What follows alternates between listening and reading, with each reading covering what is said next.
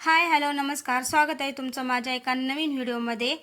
हा माझा पहिलाच व्हिडिओ आहे असं म्हणलं तरी चालते, कारण मी एका वर्षाच्या नंतर माझ्या चॅनलवर व्हिडिओ टाकत आहे. तर हा माझा पहिला ब्लॉग म्हणला तरी काही हरकत नाही. एका वर्षा अगोदर मी ब्लॉगिंग सुरू केली होती, पण काही कारणामुळं मी ती बंद केली होती. तर मग म्हटलं चला आता परत स्टार्ट करू. तर हा माझा पहिला व्हिडिओ आहे, म्हणायला काहीच हरकत नाही आहे. मी माझ्या पहिल्या व्हिडिओची सुरुवात ना आप्यापासून करणार आहे. तर तुम्हाला मी दाखवणार आहे की मी म्हणजे कसे आपे बनवते.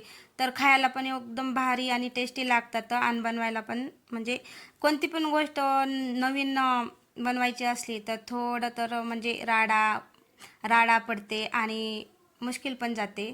जसे आपण रेग्युलर भाजीपोळी बनवते तसं काही नसते. तर पुढं तुम्हाला व्हिडिओमध्ये दिसणारच आहे की किती कुटाणा आणि किती राडा असते. खाणं थोडंसं असते पण करणं किती असते. तर व्हिडिओ तुम्ही न स्किप करता पूर्ण बघा, आणि आपल्या चॅनलवर कोणी नवीन असेल तर चॅनलला सबस्क्राईब करा. चला तर मग व्हिडिओला सुरुवात करू. तर हे बघा, हे मिक्सर ना मी शेजारच्या ताईच्या घरून आणलं होतं बरं का. माझं पण आहे, पण ते बंद राऊंड राऊंड म्हणजे चालू याच्यातच बंद पडते, परत चालूच होत नाही. म्हणून म्हटलं एकदा आपण जे मी डाळी घातल्या होत्या ना मुरू रात्री आपल्यासाठी, इडलीसाठी जसं आपण उडदाची डाळ आणि काय म्हणतात त्याला तांदूळच मुरू घालतो, पण आपे बनवायचे असले तर सगळ्या डाळींना थोड्या थोड्या मुरू घालायचे. जसं की उडदाची डाळ, मुगाची डाळ, हरभऱ्याची डाळ, तुरीची डाळ, सगळ्या डाळी थोड्या थोड्या घेऊन मुरू घालायच्या आणि तांदूळ मुरू घालायचे. सगळेजण काय करतात तर आकार घेतात बरं का, कशाने मोजून गिजून घेतात. पण मोजून गिजून काहीच घेत नसते मी. माझा प्रत्येक गोष्टीत माझा अंदाज आणि माझा आकार हे माझ्या मनाचाच असते. मी कधीच काही मोजून घेत नाही. तर तरी तशी मी ना डाळी धुवून घेतल्या होत्या, सकाळी धुवून घेतल्या होत्या. पण म्हटलं त्याच्यात पाणी होतं, ते पाणी एकदा झारून घ्यावं आणि परत एकदा त्याच्यात पाणी टाकून धुवून घ्यावं.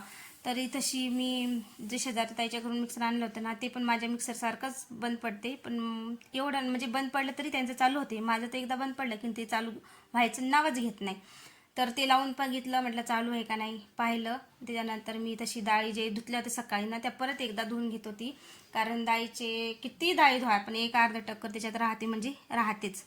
तर असं मी डाळी गिळी धुवून घेत होती आणि त्याच्यानंतर मिक्सरमधून काढायला सुरुवात करत होती. तर त्याच्या अगोदर म्हटलं आपल्याला जे तांदूळ आणि ते डाळी जे काढायचं त्याच्यासाठी आपल्याला एक मोठं भांडं पाहिजेत, कारण मोठंच भांडं पाहिजेत, छोट्या भांड्यात ते जमणार नाही.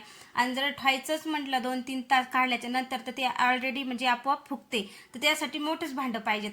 तर त्यासाठी ना मी तशी एक टोपलं होतं आमचं ते, तर मी ते धुवून धावून घेतलं ते चांगलं, आणि त्याच्यातच मी ते डाळ आणि तांदूळ काढलेलं ते बेटर टाकत होती. हे सगळं धुवून घेऊन झालं. आता मी सुरुवात करणार आहे डाळी काढायला. तर मी तशी ना तांदूळ सगळे म्हणजे बारीक काढायचं बरं का, ठोकर नाही काढायचं. एकदम तांदूळ बारीक काढायची आणि डाळ पण बारीक काढायची. तर दोन्ही एकदम असं सोबतच आपल्याला एकातच मिक्स करायचे होते ते. त्याच्यामुळं मी काही डबल डबल भांडे काही घेतलं नाही, याचं वेगळं आणि त्याचं वेगळं. तर मी एकाच त्या टोपल्यामध्ये दोन्ही पण टाकत आहे आणि चांगलं मिक्स करत आहे. तुम्हाला मी दाखवते. तर असं बारीक करायचं, लगे ठोकर ठोकर ठेवायचं नाही. ठोकर ठोकर जर ठेवले ना तर त्या डाळी लागतात त्या आप्यामध्ये, कचर कचर लागते, मग ते व्यवस्थित लागत नाही. त्याच्यामुळं एकदम बारीक काढायचं. हे बघा, तांदूळ पण बारीक निघतात मुरू घातले. तांदूळ जर 7-8 घंटे जर चांगले मुरू दिले ना तर बारीक निघतात तांदूळ पण आणि डाळी पण. तर मी तशी 7-8 घंटे डाळी आणि तांदूळ मुरू घातले होते दोन्ही पण. आणि त्याच्यानंतर मी संध्याकाळच्या टायमाला काढायचे होते मला. मग संध्याकाळी काही काढलेच नाही, त्याच्यामुळे मी सकाळीच काढले, कारण मिक्सर नव्हतं. आणि संध्याकाळी म्हटलं कुठं जावं कोटाच्या घरी, तर सकाळी आणलं तर ताईच्या घरून मिक्सर. आणि मग मी रात्री काढायचं असतं ना तर सकाळी ते इतकं छान झालं असतं फुगून असं मस्त. त्यात इनो खायचा सोडा काहीच टाकायचं काम नसतं.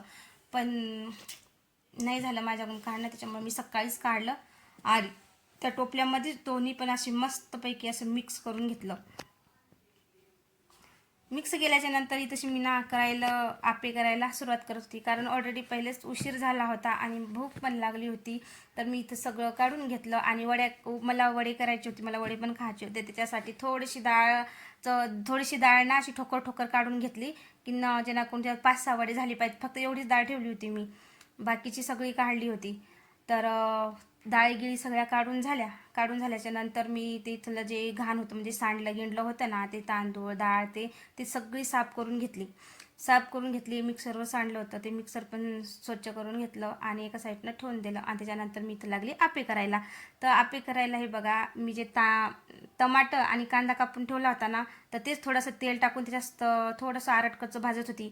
त्या तेलामध्ये थोडेसे मोहऱ्या टाकल्या आणि कांदा आणि टमाटर थोडं आरटकच्चं असं भाजून घेतलं ते. आणि जे बेटर आपण बनवलं होतं ना तांदळाचं आणि याचं डाळीचं, तर त्या बेटरमध्ये आपल्याला जेवढ्याचे आप्पे करायचे तेवढंच एका भगुन्यामध्ये वेगळं काढून घ्यायचं आणि त्याच्यातच तेवढं ते टमाटर कांदा मोहरी ते मिक्स करायची. आणि आपल्या याच्यात म्हणजे मिरच्या आणि आपलं जसं तिखट खातो तसा मिरच्या टाकायच्या आणि थोडंसं मीठ वगैरे टाकायचं आपल्या आकारानं.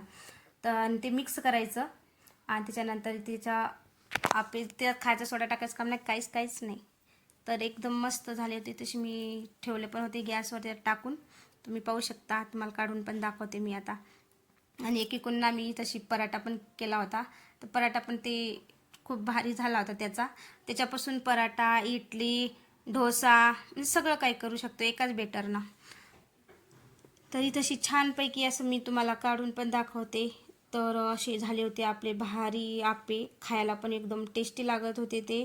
तुम्ही बघू शकता किती भारी, त्याचं कलर पण किती छान आला. आणि त्याच्यासोबत मी करत होती शेंगदाण्याची आमटी. तर मी शेंगदाणे वगैरे काढून घेतले होते आणि एक इकून ठेवली होती कढई, तेल, त्यात मोहऱ्या, लसूण आणि चटणी. मिरच्या नव्हत्या टाकल्या, मी चटणीच टाकत असते, मी मिरच्याचा वापर करत त्यामुळं चटणी. तर चटणी, थोडीशी हळद टाकली आणि ते बारीक ना ते शेंगदाणे टाकले. तर अशा प्रकारे आपले आप्पे तयार झाले होते. आप्यासोबत ना शेंगदाण्याची चटणी खूप भारी लागते. तर हे बघू शकता. बघा, थोडेसे आप्पे करायचं की ते खाणं कमी पण करणं जास्त. तरी आपले आप्पे बनवून तयार होते. आणि जे बेटर मी जेवढं कालवलं ना, तर तेवढं इकडला गॅस ना आमचा एक लगेच चालते, एकदम बारीक चालते. त्याच्यामुळे त्याच्यावर काही करायचं म्हणजे काही होतच नाही, फक्त पाणी गरम होते. तर त्याच्यामुळे ना आप्पे बनवणं पहिले एकच भांडं का आप्याचं केलं होतं. आणि त्याच्यानंतर म्हटलं पहिले शेंगदाण्याची आमटी बनवून घेऊ. तर शेंगदाण्याची आमटी बनवायला ठेवली होती वरती. शेंगदाण्याची आमटी झाल्याच्या नंतर ना मी जे राहिले होते ना आपले आप्पे बनवायचे, ते आप्पे म्हटलं चला बनवून घेऊ. आप्पे वगैरे बनवून घेतलं मस्त. आणि मग गरम गरम खाऊन सुद्धा घेतले. तुम्ही बघितलेच किती छान आप्पे झाले होते. आप्पे झाल्याच्या नंतर माझे राहिले होते कपडे धुवायचे. तर म्हटलं एकदा गरम गरम खाऊन पण घेतलं. गरम गरमच गोड लागतात ते, काही थंडे गोड लागत नाही. तर आणि आता हे पहा सगळं काम झालं. आणि हे किचन ओटा पहा कसा झाला. आता हे किचन ओटा हे सगळं राडा आवरायचा. सगळा राडा आवरल्याच्या नंतर जायचं मला कपडे धुवायला. तर हे पहा, जास्त जाळ म्हणजे असं फुल जाळ असला ना तर ते थोडेफार करपतात पण आप्पे. त्याला कधी फुल तर कधी असं कमी, तर कधी जास्त असा गॅस पाहिजे. तर मी सगळे आप्पे बनवून घेतले होते, खाऊन पण घेतले होते. आणि एक घाणा ते म्हणजे एक भांडं राहिलं होतं उरलेलं. आणि एवढं बॅटर उरलं होतं थोडंसं उरलं होतं. तर म्हटलं याचं संध्याकाळी करता येतात आप्पे, एकदम थंडे काही गोड लागत नाही. आणि ते वडे बनवायसाठी ठेवले होतं मी थोडीशी डाळ काढून, त्याचे पण संध्याकाळीच आप्पे आणि वडे बनवणार होती. तर आता हे किचन वाटा क्लीन वगैरे आणि मी जाणार आहे. मी खूप दिवसाच्या नंतर अशी वॉइस ओव्हर करत आहे. तर मी वॉइस ओव्हर करताना थोडंफार माझं म्हणजे अटकत पण आहे. आणि थोडंफार काही जर चुकलं असेल तर माफ करा. आणि नेक्स्ट व्हिडिओमध्ये मी ते सुधारण्याचा प्रयत्न करीन. म्हणजे असे डेली व्हिडिओ टाकत राहिलं ना, तर आपोआप माझा आवाज पण क्लिअर येईल आणि थोडंफार अटकणार पण नाही. आता जेवढे पण मिस्टेक झाली असेल किंवा मी थोडीफार अटकत पण असेल ना, तर थोडं तुम्ही ॲडजस्ट करून घ्या. आणि